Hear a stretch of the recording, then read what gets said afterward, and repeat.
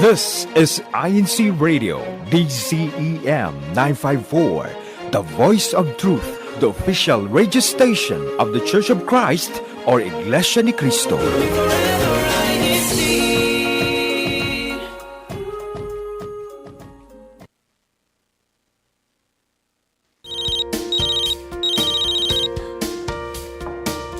Hello?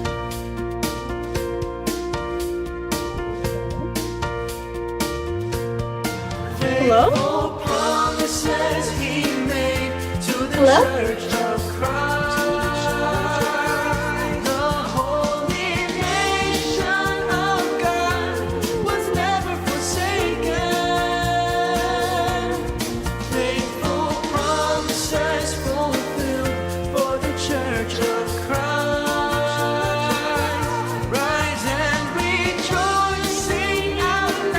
Everyone, and welcome to Phone a Friend, brought to you by INCRadio Oregon. I'm Jillian Pimentel, and I will be your host for our broadcast today. I would like to send my personal greetings to my resident minister of Roseburg Group Worship Service, Brother Albertson Macalintal, and to his family, as well as to my family as well, Brother June Pimentel, Sister Annalisa Pimentel, my parents, and as well as my nanay, Sister Leticia.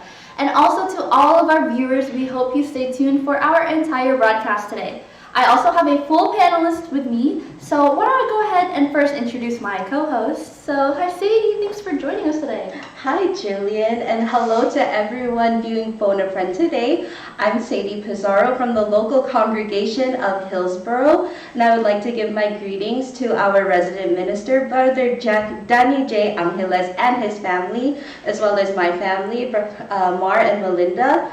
Brother Jeremy and Sister Nikki all the way in the District of Virginia, and to all of my friends and family there out in the Philippines, magandang umaga sa inyong lahat.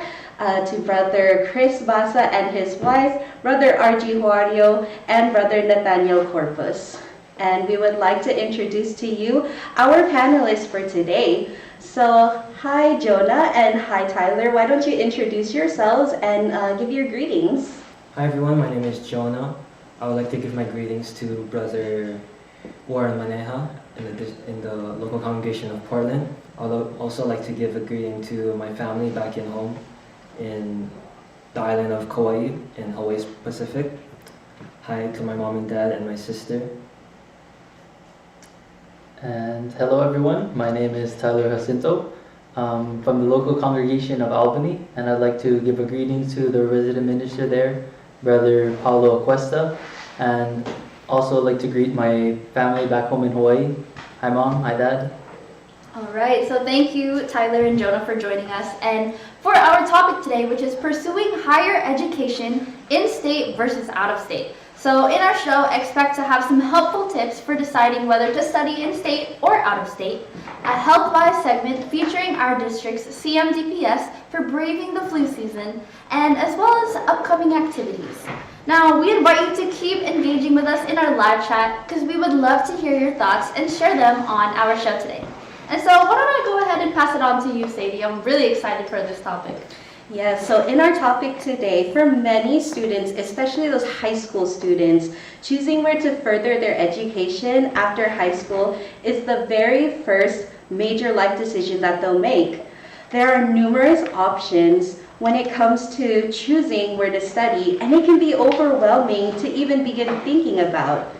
Now, we've received a caller seeking advice on choosing where to attend either college or university. Let's listen to our caller's question. Hello, this is Abigail Cabero. What are the biggest factors I should consider when choosing an in-state versus out-of-state college? So with our host and with our panelists today, we have an array of those that have considered attending their college or university out of their home state as well as here in their home state. So let's start with you, Jillian, since you decided to stay in-state for your education. How did you decide where to attend? Yeah, so I'm the one who decided to stay in Oregon for university, and I think it depends on a lot of factors, Sadie. You know, a lot of students, they have different situations, and so sometimes it depends on their major or even just the location and just maybe their family and friends in general. I think for me, what came into account was the financial situations and as well as my family. So I really like being close to them, and so that's one of the reasons why I stayed in-state for university. I was still able to have their support very near to me, and then also just for the programs that I have in the state. So I started off at community college first, and that allowed me to have kind of a 2-year jump start into university. And so that was one of the things that kind of encouraged me to stay in-state for my schooling. Wow, so hearing that, just having that jump start even like before you even enter higher education, being able to attend community college is also a way that it's our gateway to finding out where we want to go ultimately for us to graduate, and then just having that comfort of being around your friends, your family, and where you grew up. You know, that's something that we ultimately look for all the time, and it always feels good to just be in the environment that you know. So let's go to our panelists now. So both of you come from Hawaii, and you decided to pursue your education out of your home state. So let's start with you, Jonah. What helped you decide and consider studying out of Hawaii? So there were a lot of factors that came into deciding whether I wanted to attend in-state or out-of-state. I would say the main factor that contributed to that decision was I wanted to explore. I just wanted to get off my island. Not in a bad way, but I was just living in a small island for my whole life. I naturally get bored. So I applied to a bunch of different colleges out of state, whether that's Washington, Oregon. I mainly wanted to stay on the West Coast since the weather is mostly similar to back home in Hawaii. And ultimately it came down to Oregon. I had a lot of connections there already, so I really wanted to stay there. So I convinced my parents for me to go there, and I gained a lot of financial support and help from my connections that were already there. Wow, and what about you, Tyler? What did you think about when considering studying here? There's a lot of factors that go into it, and one of my driving factors was that I wanted to challenge myself and to get out of my comfort zone, so that's why I decided to move out of state. So those are really great answers, and I can really relate to the both of you since I not only decided to study out of state, but I decided to study out of the country. And I agree with trying to find a new adventure, going out of my comfort zone, even though I knew that I would be culture shocked. I knew that the environment I would be in would be unfamiliar, but ultimately it leads to a very good adventure and a lot of life lessons. And especially when you're pursuing like higher education, it helps make you stronger, and it helps you to make those life decisions that will ultimately lead to a good life. Right. It really helps you gain that independence, especially when you want to grow out of your hometown and live your own life. I kind of agree with that too, Jonah, because especially as students, as young as we are, we've probably been in the same place if we haven't moved from city to city. We've been there for a really long time, and so college is kind of that opportunity to go out and explore and kind of make more of yourself as a person too. Yeah, I think schooling is a really good excuse to move out of your hometown. Yeah. Yeah, so those are very great things that you have said for us to all consider about choosing where we want to further our education. So now I'm going to ask you, what was that determining factor, or what was the moment that you knew that this is where you wanted to study? So let's start with you, Jillian. Yeah, funny enough, I didn't really make my decision until just a few months before school started. And so that came from a lot of thinking and just kind of weighing out the pros and cons of where to go to school. And ultimately, I just had my devotional prayer and kind of asked for guidance of where to go. And that ultimately ended up being in-state and just choosing the path that I did take. And I think that's a big part of how I came to my decision. Wow, that's a great answer. What about you, Jonah? How did you come to your decision about studying here? So my decision ultimately came up to my parents. They were the main support for me going to college, so I need to gain their trust and approval first. And so since as I mentioned, I already had connections in Oregon, they felt reassured with me going there by myself, and I had my friends going with me too. So they felt really comfortable setting me on my own and having me live my own life for the next 4 years in college. And yeah. Yeah, really having to gain your parents' trust and knowing that even though you're going away, you're still going to be fine. That's very hard for some students. But if you can really show them that you're going to be okay, you're going to study well, and you just want to make them proud. So I think at the end of the day, no matter what we do, as long as we do all of the good things, like our parents will know that and they'll always love us and they'll always trust us. So what about you, Tyler? How did you decide on coming here to study? So for me, I decided to move to Oregon to further my education. I attended a community college back home, and I took pretty much all of the credits that I could have taken for my degree, which is in kinesiology. So I would have to move out of my hometown in order to continue my education. So I figured if I was going to move, I might as well, instead of moving next door to like the neighboring islands, I might as well move out of state. Wow, so knowing that you have to leave because you want to pursue the major or the course that you want to study, that can really be a big deciding factor about where you study. And I think that's, for a lot of students, that's one thing that they really have to consider for themselves. But ultimately, if that's really what you want to do, then, it will always benefit you in the long run. And for me, one of my deciding factors was always just having devotional prayer, like what you said, Jillian, because ultimately when we make all of these decisions, we need our Almighty God's guidance. And no matter what we do, if we have the guidance of our Almighty God, then everything will always go well for us. Right, I agree, Sadie, because especially moving out of state and moving away from your parents and knowing that you're going to be far away from your family, I think it's important that we hold the devotional prayer and that we keep God in our plans. Yeah, that's very well said. Exactly. And before I kind of go on to our next question, we have a lot of live chats in there today, Sadie. So can you go ahead and help us recognize a few of them? Yeah, Jillian. So we do have a lot of live chatters today, especially those Binhi members or those high schoolers that are really looking for advice of where they're going to study for their college or university experience. Like we have our sister Chloe Cruz. We also have our sister Gigi Lim, as well as Brother Malachi Gutierrez, very active members. And they're really seeking that advice of what to do, since we all have our own college experience in choosing and what we want to do with our higher education. Well, thank you, Sadie. We do have a lot of you in the chat.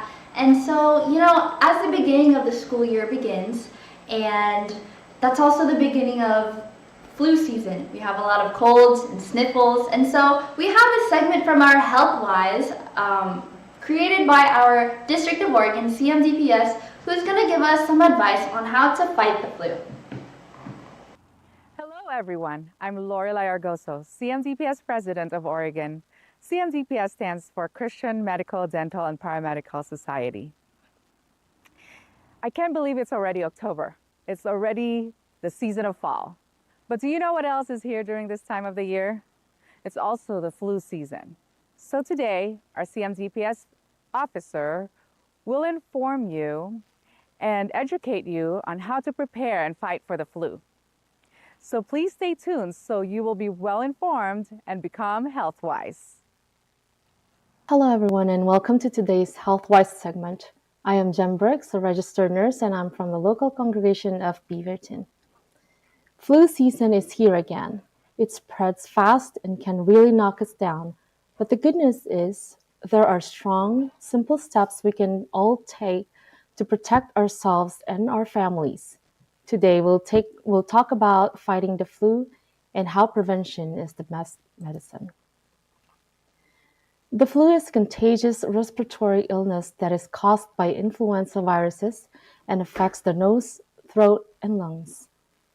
For some people, it can feel like a bad cold, but for others, especially young children, older adults, pregnant people, and those with chronic illnesses, it can cause serious complications. Every year, thousands are hospitalized because of the flu, but many of these cases can be prevented. The best protection is the flu shot. Everyone 6 months and older should get a flu vaccine every year, unless your doctor says otherwise. The best time to get vaccinated is in early fall, before flu season peaks. Now, you may have heard that some years the flu shot isn't a perfect match, which relates to the vaccine effectiveness. That's because there are different strains of flu, and the vaccine is made ahead of the season using the best predictions of which strains will spread. But even when it's not an exact match, the vaccine still teaches your body how to fight off related strains of the influenza virus. That means if you do catch the flu, it can make your illness milder, reduce your chances of ending up in the hospital, and most importantly, it can save lives. Besides vaccination, everyday habits are powerful tools against the flu. Wash your hands often with soap and water. Cover your coughs and sneezes with a tissue or your elbow. Avoid touching your eyes, nose, and mouth with unwashed hands. Keep surfaces like doorknobs, phones, and keyboards clean. And most importantly, if you are sick, stay home. Even just one day of rest at home can prevent spreading the flu to others. If you come down with flu symptoms, here's what to watch for: sudden fever, cough, sore throat, runny or stuffy nose, body aches, chills, and fatigue. Some people may also have vomiting or diarrhea, though that's more common in children. Most people can recover at home with rest, fluids, and over-the-counter medications. But there are certain warning signs that mean you should seek emergency care right away. Difficulty breathing or shortness of breath, chest pain or pressure, severe weakness, dizziness or confusion, persistent high fever that doesn't come down, and also in children trouble breathing, bluish lips or face, not waking up or interacting, no tears when crying, or not drinking enough fluids. If you do come down with flu symptoms, don't ignore it. If you are in a high risk group, contact your healthcare provider early. There are antiviral medications that can help, but they work best if started within 2 days of symptoms. Antiviral medications that work best within 48 hours of flu symptoms. They are mainly for people at higher risk, like older adults, young children, pregnant individuals, or those with chronic. Simple prevention, such as hand washing and covering coughs. Don't wait if you feel sick. Take action, stay home, and get care. Protect the community, not just yourself, the kids, elders, and neighbors. Remember, fighting the flu is about protecting yourself and those around you. Prevention is powerful, and your actions can save lives. Thank you for tuning in, and let's all do our part this flu season. Thank you.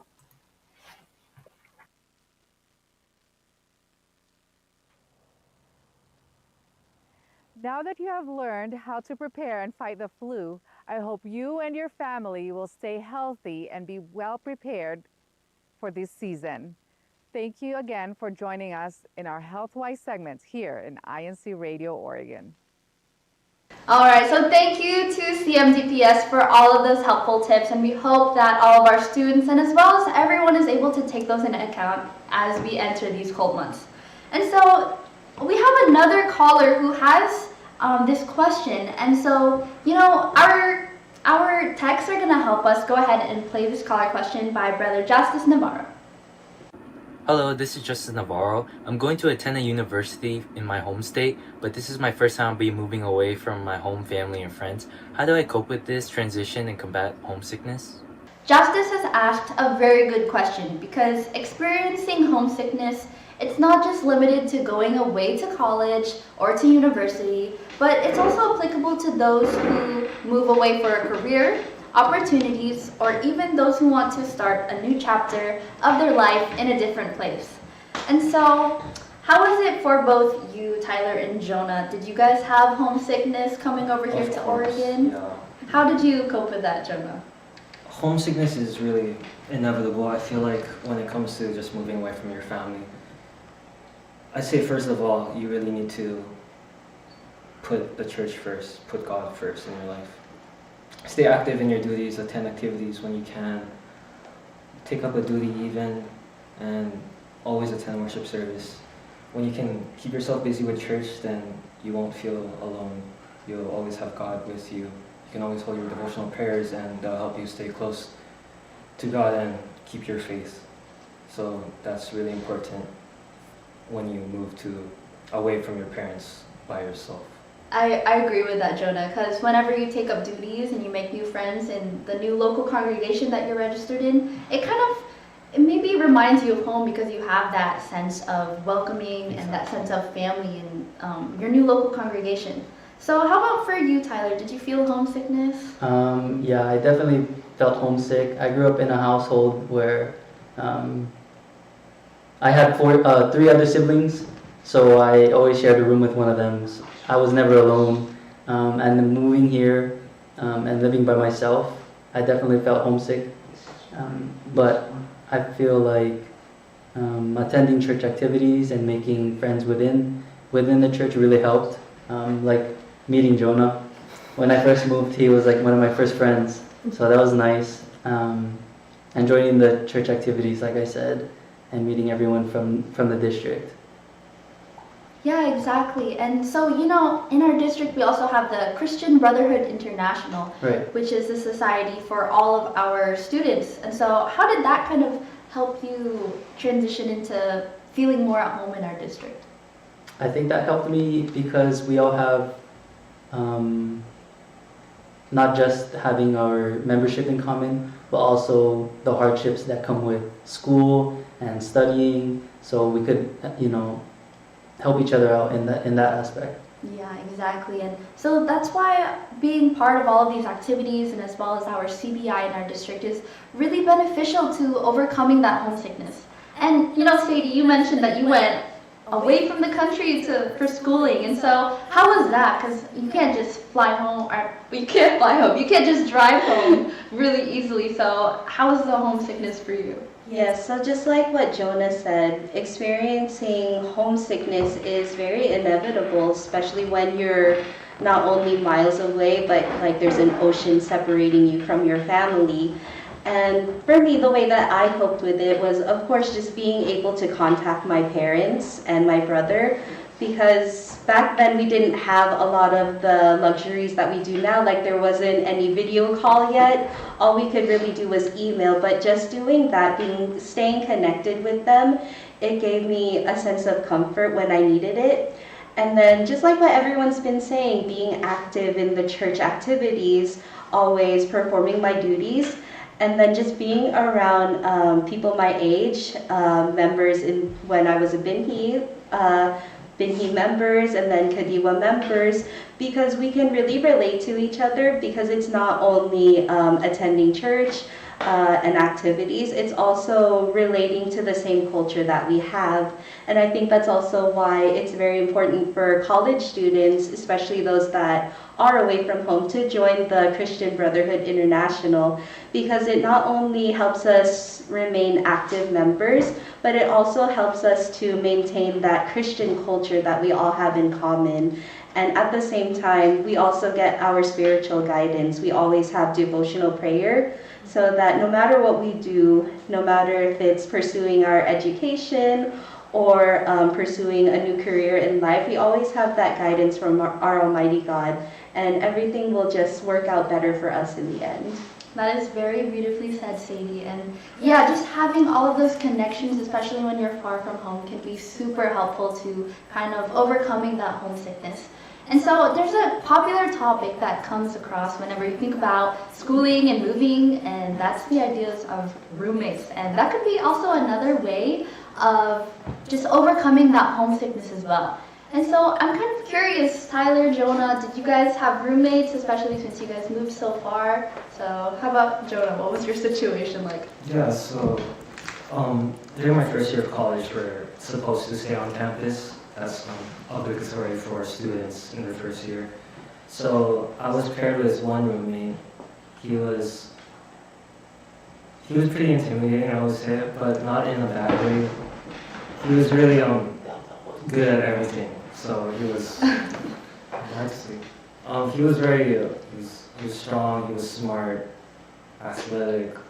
So that really made me feel a lot different about myself. Made me want to push myself in college to be just like him, or beat him even at what he's good at. So like a roommate that helps you stay accountable, like right, kind of pushes you towards your goals. That could be really beneficial and allows you to grow in that sense as well. Really feeds your ego. Yes, yes. So what was the situation for you, Tyler? So for me, like I said earlier, I grew up with a lot of siblings, and I always shared a room with one of them. So I was very adamant about having my own place and my own privacy when I moved here. So I have my own apartment off campus. And it did get lonely the first year I was here, so I have a cat now. So shout out my cat. So, you know, I was kind of in the same boat, even though I didn't move that far. I only moved like 3 hours from my family. I did have to dorm over here in Portland. And so that first year, I had a roommate, and it was kind of nice because we kind of had opposite schedules. So by the time I woke up, she was still sleeping. Mm-hmm. So I kind of had that alone time in a sense. And then by the time I came back from my classes, she was already gone because she liked her evening classes. So I was still kind of alone, but just having the presence of another person with you, it helped me to feel like I wasn't alone during that time. And during my senior year, I was able to have my own place as well, just like you, Tyler. And it was really nice to have that independence, to learn how to do things by yourself, right, and just enjoy alone time as well. So how about for you, Sadie, in the Philippines? What was your housing situation like? So just like everyone, I did stay in the dorm, and I did have not just one roommate, but I had 11 other roommates. So you can imagine having not just one, but 11 other people in your room. But fortunately for me, all of my roommates, we were all members. So we can always just relate to each other. We help one another out in anything that we need, whether it be school or even, especially at the beginning of term, when we get a new roommate and, you know, they come from very far away and they're feeling homesick. You know, we always comfort them. We always reassure them that they're going to be okay. They just need to study well. They just need to remember to attend church or perform their duties. And in a way, we became like this makeshift family with one another. We always support each other, and every night together we would have a devotional prayer. And that really solidified our relationship, that even though we're far away from our immediate families, we're still together in the church, so that also makes us family. Exactly, and wow, 11 other roommates. So 12 of you in a room, Sadie. Yes. They do it different in the Philippines. And how diverse is the age difference between you guys? We would aim, our range would be the youngest at least 15 or 16 years old. And the oldest roommate I think I had was about 30 at the time that I was still a student. So you can tell that there's always somebody that needs that little bit more support than the others. And then there's always somebody that will give you advice on what you need, especially with more life experience. So I've never had an experience living with anyone other than my family. I just wanted to ask you guys, do you have any like funny stories or horror stories about having roommates? Do you have any, Sadie? There's so many. There's always that instance where you don't know that you have a roommate until they show up one day, because we knew that we had 12 of us all together, but we never knew there was one because she never really came home. But then one night I was awake very late, and she just came home because she was a medical student, so she was just coming from the hospital. So she came home, and I didn't know who she was. So I was like, does she live here? Who are you? So how about for you, Jonah? Did you have any notable experiences? I had a lot, but I don't know how to say this.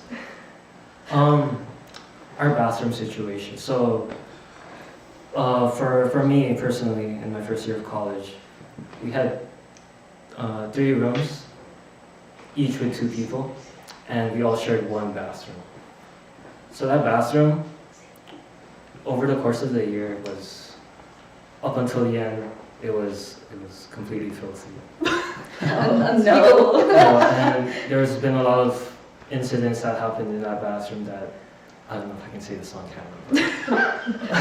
We'll save it for another time. But at the end, when all of us had to move out, there was only a couple of us left, and 4 of us already left. They did a bit of cleaning on the bathroom, but me and the other person, we had to take care of that at the end, so that's why I didn't really like that bathroom. Time to find your own place now that you're graduated. Yeah. Yeah. And so, Sadie, Tyler, Jonah, we learned a lot about what the difference is between studying in-state versus out-of-state. And so we hope our students were able to take away some things and some advice from that as well. So thank you, Tyler and Jonah, for joining us, sharing your thoughts on our topic. Thanks for having us. Yeah, of course. And, we have learned how to make informed decisions about where to attend college or university through proper research, planning, and most of all, our spiritual guidance. We can also apply some of these strategies in other aspects of our lives to help ease the anxiety of decision making and the worry of homesickness. And so just before we end off, I would like to recognize some of our live chatters today as well. We have joining us, we have Sister Jennifer Castillo joining us, Sister Marianne Lim, Brother Alan Dasmarinas, and also Brother Benny Castillo. So they're all rooting on our students in our district, and we love to see all of your live chats as well and all of your support for our students. And so for our District of Oregon's upcoming activities, here's what you can expect in our district. Let's see what activities we have in the District of Oregon Bulletin. The members of the local congregation of Beaverton will have a nature photography activity for the booklet or married members on October 18 and for the Binhi or youth members on October 24 at the Cooper Mountain Nature Park. So, wear your comfortable walking shoes and bring your camera. Let's invite our friends and loved ones to our Welcome My Brethren on October 26, 2025 at 3 p.m. at the Mount Scott Community Center.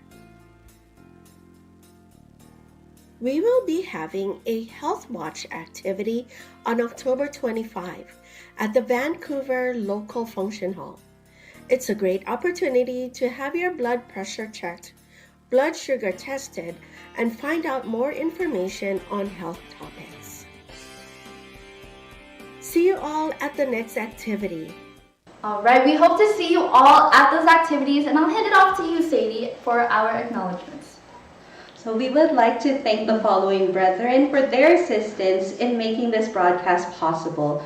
Brother Eduardo Vimanalo, our Executive Minister, as well as Brother Angelo Eranio Vimanalo, our Deputy Executive Minister, as well as Brother Wally Taray, our INC Radio Station Manager, Brother Moises C. Cadusale, our District Supervising Minister, as well as Brother Gino Ramilo, our Assistant District Minister, as well as Brother Manly Andaya, our Executive Producer, and our behind-the-scenes crew here in the INC Radio Oregon studio. And we look forward to our next episode again next week. Remember to subscribe to our YouTube channel, INC Radio DZEM 954, and share the program link with our friends and family who could benefit from our topic. Make sure to join us in our next week's topic, where we will love to see all of your live chats in our topic. Thank you for joining us today on this episode of Phone a Friend. Now remember, you always have a friend here, one who is just a phone call away. Behold the triumphant joys of the Church of